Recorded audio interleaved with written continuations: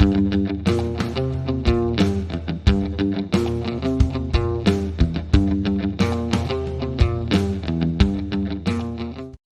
back to English Between Us, the podcast for English learners who want to improve their listening skills. I'm your host, Abby. And I'm Cody. It's great to be with you all today. Today, we have a really fun and relaxing topic to talk about. We do indeed. We're going to be talking all about hobbies. That's right. So, what is a hobby? A hobby is an activity that you do in your free time just for fun. It's not your job. It's something you choose to do because you enjoy it. Exactly. It's your leisure time activity, something that helps you unwind and just be you. So, Cody, to get us started, what's something you love to do in your free time? What's one of your hobbies? Oh, that's an easy one for me. I love hiking. Just getting outdoors, into nature, walking on a trail, there's nothing like it. Hiking. That's a great one. I can see why you'd enjoy that. The fresh air, the scenery. Yeah, exactly. It helps me clear my head.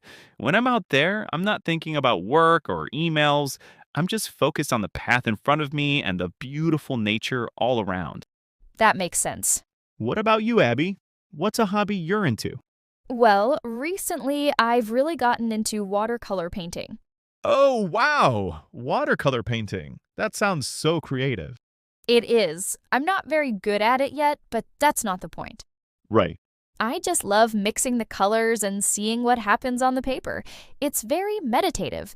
Sometimes I'll put on some music, get my paints out, and a whole hour will go by without me even noticing. A whole hour just like that. Exactly. It's my way of disconnecting from the busy world. And that brings us to a really important point. Why should people have hobbies? You mentioned it helps you disconnect, which is a huge benefit. Hobbies are fantastic for stress relief. Oh, absolutely. After a long week of work, spending some time on a hobby can completely reset your mind. It lowers stress and just makes you feel happier. Mm-hmm. It gives your brain a different kind of challenge, or no challenge at all, which can be just as good. My hiking definitely helps me feel less stressed. Another great thing about hobbies is that you can learn new skills. With my painting, I'm learning about colors and composition and different brush techniques. Right. And with hiking, I've learned a lot about navigation, local plants, and even first aid. You're always learning, even if it doesn't feel like studying. That's a great point. It's learning without the pressure of an exam. Totally. Hobbies can also be very social. They're a great way to meet new people. Yes, think about joining a sports team or a book club or even a community garden. You instantly connect with people who share your interests. Mm-hmm. I actually met one of my best friends through a hiking group. We started talking on the trail, found out we had a lot in common, and we've been friends ever since. See? That's amazing. It's so much easier to make friends when you have a shared activity to bond over. It really is. And finally, hobbies can be a huge confidence booster. How so? Well, when you practice something, you get better at it. Watching yourself improve at playing an instrument or running a longer distance or knitting a scarf, it feels good. Right. That feeling of accomplishment can spill over into other parts of your life. It makes you feel more capable and confident overall. That's so true. When I finish a painting I'm proud of, even if it's not perfect, I feel like I can take on anything. Okay, so maybe some of our listeners are thinking, this sounds great, but I don't have a hobby. Where should they start? But it's not always that easy, is it? We're painting this lovely picture of hobbies, but sometimes the reality is more complicated. I mean, life can really get in the way. Sometimes the biggest challenge is just finding the time. That's a great question. It can feel a little overwhelming. A good starting point is to think about what you enjoyed doing as a kid. That's so true. Between work, family, and other responsibilities, it can feel like there are 0 minutes left in the day for yourself. I know I've had weeks where my painting supplies just gather dust because I'm too tired by the end of the day. Oh, that's a good idea. Exactly. And that's where I think a shift in mindset is needed. We schedule meetings, appointments, everything else. Why not schedule your hobby? Put put it in your calendar. Tuesday, 7:30 p.m., hiking research, or Saturday, 10 a.m., go for a walk, even if it's just for 30 minutes. Did you like building with blocks? Maybe you'd enjoy woodworking or model building now. Did you love to draw? Maybe try sketching or digital art. That's a practical tip. I think there's also a feeling of guilt for some people, a sense that they should be doing something productive instead of just having fun. Do you know what I mean? Yeah, that's a great tip. Another idea is to just try something totally new, something you've never done before. Many local community centers offer introductory classes for things like pottery, dancing, or even coding. Exactly. You don't have to be good at it right away. The goal is to explore and have fun. It's okay to try something and decide it's not for you. Right, no pressure. Let's brainstorm a few categories of hobbies to give our listeners some ideas. What about creative hobbies? Okay, creative hobbies. There's painting, drawing, writing stories or poetry, playing a musical instrument, photography, knitting or crocheting. So many options. Great list. How about active hobbies for people who like to move?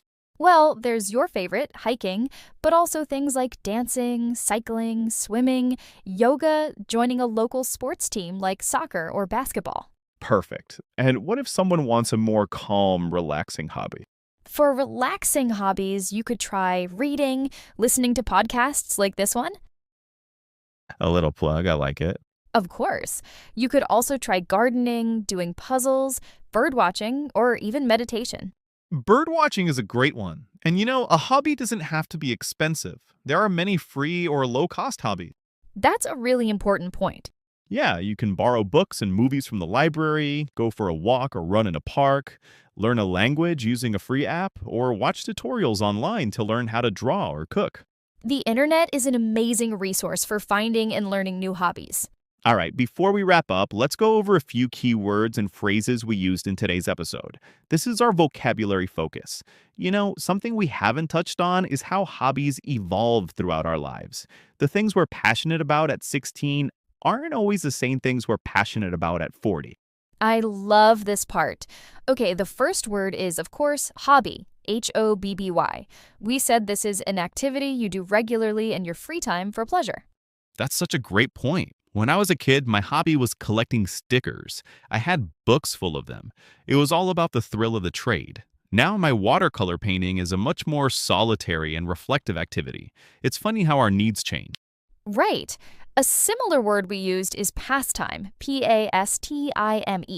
It's just another way to say hobby. For example, gardening is my favorite pastime. Next, we have a great phrasal verb, to take up something.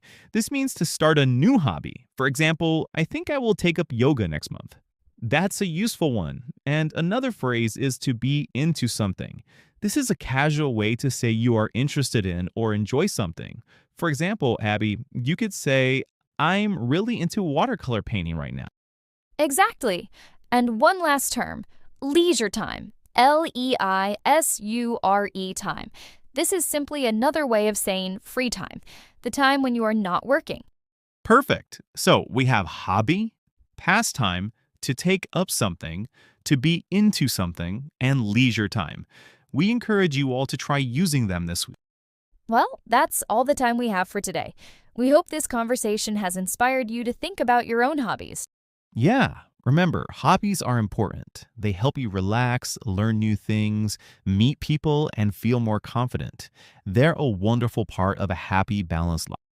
So if you have a hobby, make some time for it this week. And if you don't, maybe try taking up a new one. Be curious and have fun with it. That's the best advice.